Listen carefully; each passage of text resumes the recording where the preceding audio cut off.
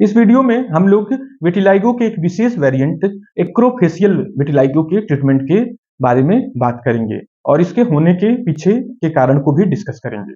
तो विटिलाइगो जो होती है, जो एक्रोफेशियल वैरायटी होती है, एक्रो मीन्स एक्रल पार्ट्स जो हाथ और पैर की स्किन होती है, इसी तरह से लिप्स को और जेनाइटल्स को, जननांगों को भी एक्रोफेशियल विटिलाइगो में क्लासिफाई किया जाता है। ये सब हिस्से इन्वॉल्व हो तो इसको एक्रोफेशियल विटिलाइगो बोला जाता है।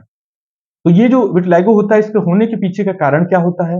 तो विटिलाइगो जो होती है, ये दूसरे जो विटिलाइगो होते हैं बिल्कुल उसी तरह से इसका भी पैथोलॉजी है। तो इसकी जो पीछे कारण है वो है ऑटो इम्यून रिएक्शन, मतलब अपने ही शरीर की जो इम्यूनिटी वाली सेल्स थी, जो इम्यून सिस्टम को मजबूत कर रोगों से लड़ने वाली कोशिकाएं थी, बाहर के जो कीटाणुओं से लड़ने वाली रोग प्रतिरोधक कोशिकाएं थी, वही कोशिकाएं किसी कारण से, किसी गलतफहमी से अपने ही रंग बनाने वाले सेल्स को किल करने लगती हैं। तो इसी वजह से विटिलाइगो रोग पैदा होता है। तो एक्रोफेशियल विटिलाइगो के पीछे भी, होने के पीछे भी यही कारण होता है, मतलब इसमें भी सेम मैकेनिज्म इन्वॉल्व है। नेक्स्ट कुछ लोग ये प्रश्न पूछते हैं कि आखिर ऐसा क्या हो जाता है जिसकी वजह से अपनी कोशिकाएं ही अपने ही सेल्स को मारने लगती हैं। तो इसके पीछे का कारण जो है वो अभी तक विज्ञान को अच्छे से पता नहीं चल पाया है कि कौन से ऐसे फैक्टर्स हैं जिनकी वजह से ये परेशानी पैदा हो जाती है, कौन सा ऐसा खाने पीने वाली चीजों में क्या ऐसा चेंज हो गया, क्या ऐसी चीजें हो गई जिसकी वजह से ये ऑटोइम्यून रोग पैदा हो जाता है।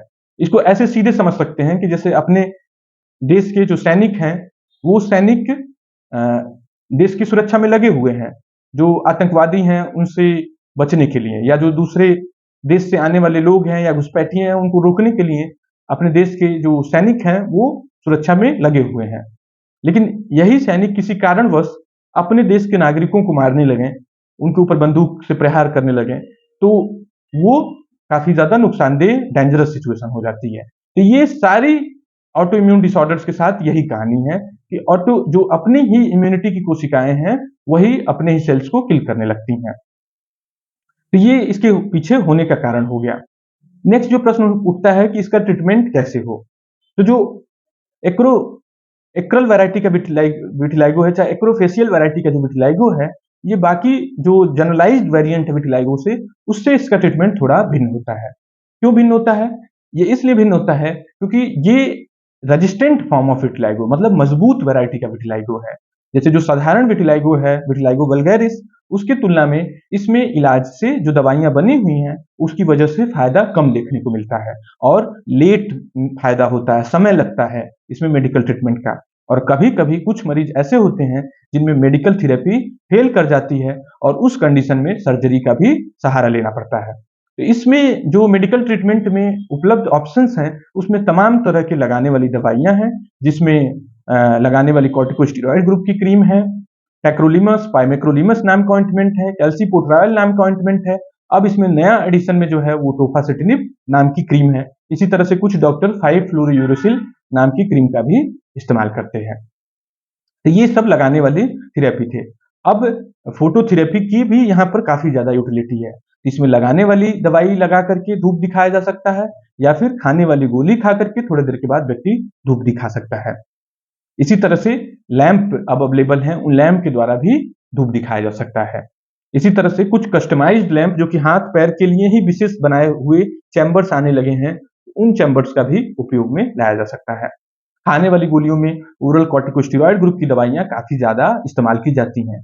यहाँ पर आपका डॉक्टर साइड इफेक्ट को देखते हुए कॉर्टिकोस्टेरॉइड ग्रुप की दवाइयां इस्तेमाल करता है, लेकिन कॉर्टिकोस्टेरॉइड ग्रुप की दवाइयां जरूरी दवाइयां होती हैं और साइड इफेक्ट की जो बात है वो मॉनिटर करते हुए आपका डॉक्टर देगा। उसी तरह से इम्यूनोसप्रेसेंट ग्रुप की दवाइयां जैसे मेथोट्रेक्सेट, एजाथायोप्रिन, साइक्लोस्पोरिन, ये सब दवाइयां काफी पॉपुलर हैं। टोफासिटिनिब नाम की दवाई भी अब धीरे धीरे कुछ मरीजों में इस्तेमाल की जा रही है। तो ओवरऑल यदि मेडिकल थेरेपी को सही से किया जाए तो काफी पेशेंट्स में सफलता मिल जाती है। अब यहाँ पे ये ध्यान देना है कि एक्रोफेशियल वैरायटी के विटिलाइगो में आपको इंतजार नहीं करना है कि मेरा विटिलाइगो अपने आप ठीक हो जाए, या फिर कुछ लोग ये सोचते हैं कि ऐसे ही हो गया होगा। ये सब बिल्कुल भी नहीं करना है। आपको तुरंत मेडिकल थेरेपी लेना है, मेडिकल ट्रीटमेंट लेना है, क्योंकि जितनी ज्यादा डिजीज बढ़ जाएगी उतना ही उसको वापस पुराने नॉर्मल कंडीशन में लाने में डॉक्टर को मेहनत करना पड़ेगा, और सबसे ज्यादा मेहनत तो आपको करना पड़ेगा, क्योंकि आपको दवाई लगानी होगी, धूप दिखाना होगा, तो सबसे ज़्यादा जटिलता में तो मरीज़ खुद ही पड़ता है। तो इसमें ये ध्यान देना है कि जल्द से जल्द इलाज कराना है। बाई चांस यदि मेडिकल थेरेपी नहीं काम करती है, तो उस कंडीशन में अब सर्जिकल ऑप्शंस काफ़ी ज़्यादा यूज़फुल हैं और सक्सेसफुल हैं ऐसी जगहों पर भी, जैसे उँगलियों पर भी सर्जिकल ऑप्शंस अब काफ़ी ज़्यादा सक्सेसफुल हैं। तो इसमें सबसे ज़्यादा जो पॉपुलर सर्जरी है, वो है सक्शन ब्लिस्टर ग्राफ्टिंग।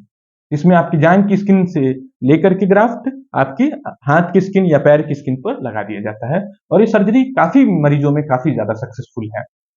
तो इस तरह से मेडिकल थेरेपी या फिर सर्जिकल थेरेपी या फिर दोनों के कॉम्बिनेशन के द्वारा इस विटिलाइगो का इलाज किया जा सकता है।